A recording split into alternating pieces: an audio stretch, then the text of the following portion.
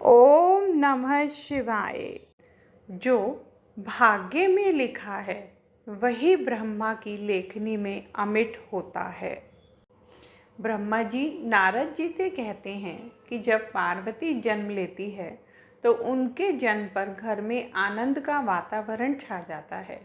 हिमवान और मैना अपनी सुंदर तेजस्विनी पुत्री का नामकरण करते हैं। उसे काली, उमा और पार्वती जैसे नामों से पुकारा जाता है।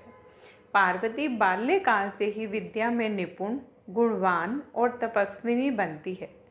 फिर एक दिन नारद मुनि हिमवान के घर आते हैं और पार्वती के हाथ की रेखाओं को देखकर भविष्यवाणी करते हैं कि पार्वती का विवाह ऐसे योगी से होगा जो नंगा, निर्गुण, निष्काम, अमंगल, वेशधारी और सामाजिक मान्यताओं से परे होगा।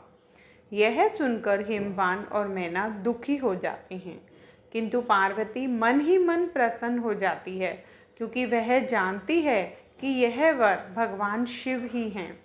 हिमवान के शंका करने पर नारद उन्हें आश्वस्त करते हैं कि भगवान शिव ही ऐसे समर्थ योगी हैं जो समस्त लोकहित के कार्यों के लिए विविध रूपों में लीलाएं करते हैं। वे यह भी बताते हैं कि पार्वती ही पूर्व जन्म में दक्ष कन्या सती थी, जिन्होंने यज्ञ में अपमान के कारण अपना शरीर त्यागा था और अब पुनः शिव से विवाह हेतु ही जन्मी हैं। यह सब सुनकर हिमवान और मैना का संदेह मिट जाता है और वे आनंदित होते हैं।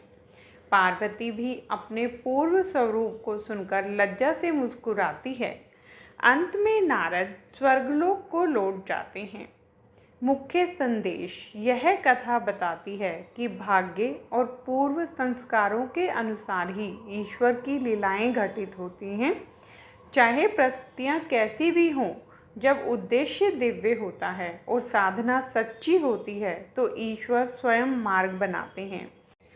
साथ ही यह भी संदेश मिलता है कि असत्य पर सत्य और संदेह पर श्रद्धा की विजय होती है। पार्वती का उदाहरण दिखाता है कि प्रेम, तप और समर्पण से महानतम फल प्राप्त किया जा सकता है।